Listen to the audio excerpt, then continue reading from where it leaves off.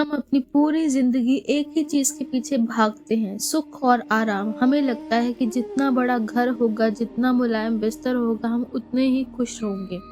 लेकिन हजारों साल पहले इतिहास के एक राजकुमार ने इस सोच को गलत साबित कर दिया।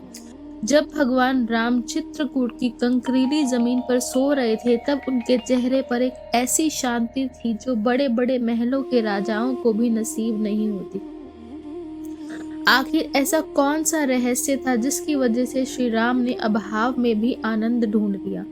आज हम जानेंगे चित्रकूट के उस प्रवास का रहस्य, जहां एक राजकुमार धीरे धीरे मर्यादा पुरुषोत्तम बन रहा था। अयोध्या से निकलने के बाद श्री राम के सामने पूरा आर्यव्रत था, लेकिन उन्होंने चित्रकूट को ही क्यों चुना?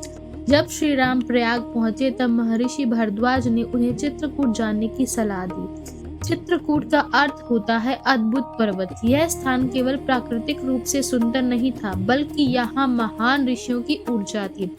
श्री राम जानते थे कि वनवास सिर्फ एक सजा नहीं, बल्कि खुद को तपाकर और मजबूत बनाने का अवसर है। उन्हें एक ऐसी जगह चाहिए थी जहाँ ज्ञान और शांति का संगम हो। चित्रकूट पहुंचकर लक्ष्मण जी ने एक छोटी सी पर्ण कुटी बनाई। सोचिए, जो राजकुमार सोने के महलों में पला, वो अब घास की झोपड़ी में था। लेकिन श्री राम की महानता देखिए, उन्होंने उस कच्ची कुटिया में प्रवेश से पहले वास्तुशास्त्र की पूजा की और ईश्वर को धन्यवाद दिया। श्री राम ने लक्ष्मण से कहा, हे लक्ष्मण, इस कुटिया में जो शांति मुझे मिल रही है, वह स्वर्ग में भी दुर्लभ है।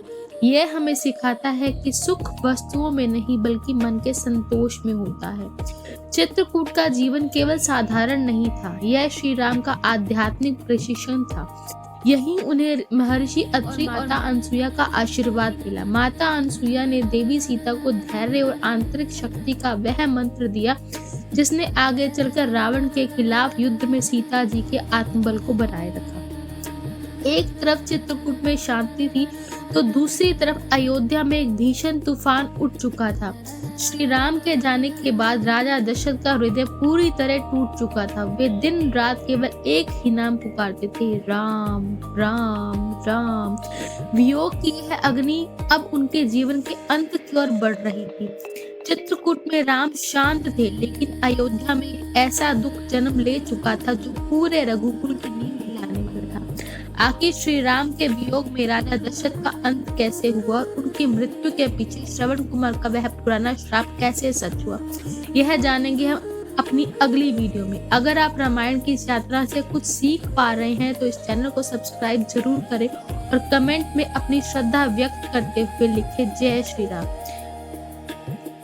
प्रेम से कहिए जय श्री राम।